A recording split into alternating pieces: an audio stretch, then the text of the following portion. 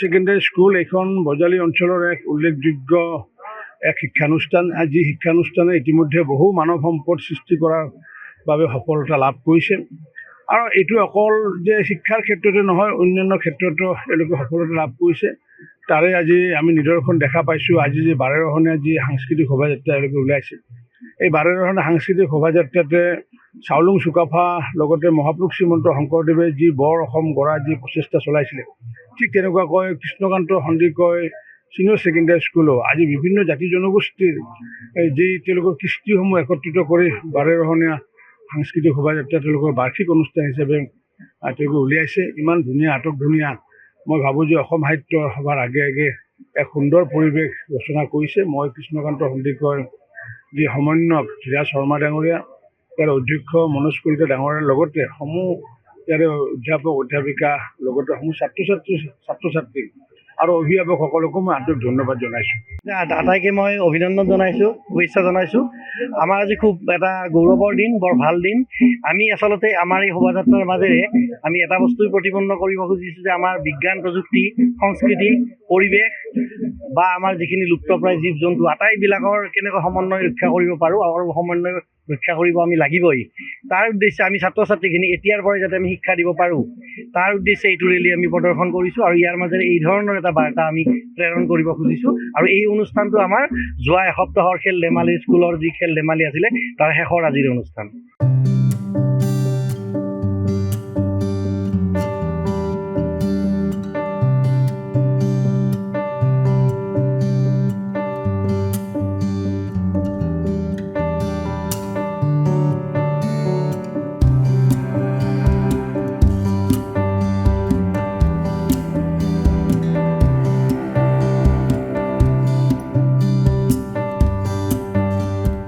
Secondary school এখন বজালী অঞ্চলৰ এক উল্লেখযোগ্য এক শিক্ষানুষ্ঠান। যি শিক্ষানুষ্ঠানে ইতিমধ্যে বহু মানৱ সম্পদ সৃষ্টি কৰাৰ বাবে সফলতা লাভ কৰিছে আৰু এইটো অকল যে শিক্ষাৰ ক্ষেত্ৰতে নহয়, অন্যান্য ক্ষেত্ৰতো এওঁলোকে সফলতা লাভ কৰিছে।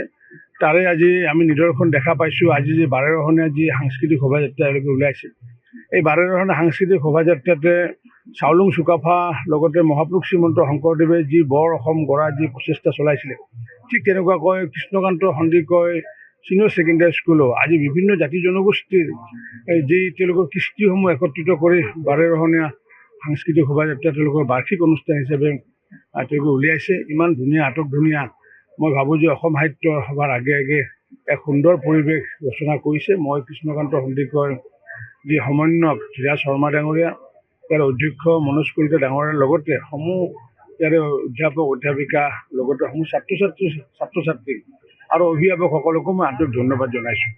আটাইকে মই অভিনন্দন জনাইছোঁ, শুভেচ্ছা জনাইছোঁ। আমাৰ আজি খুব এটা গৌৰৱৰ দিন, বৰ ভাল দিন।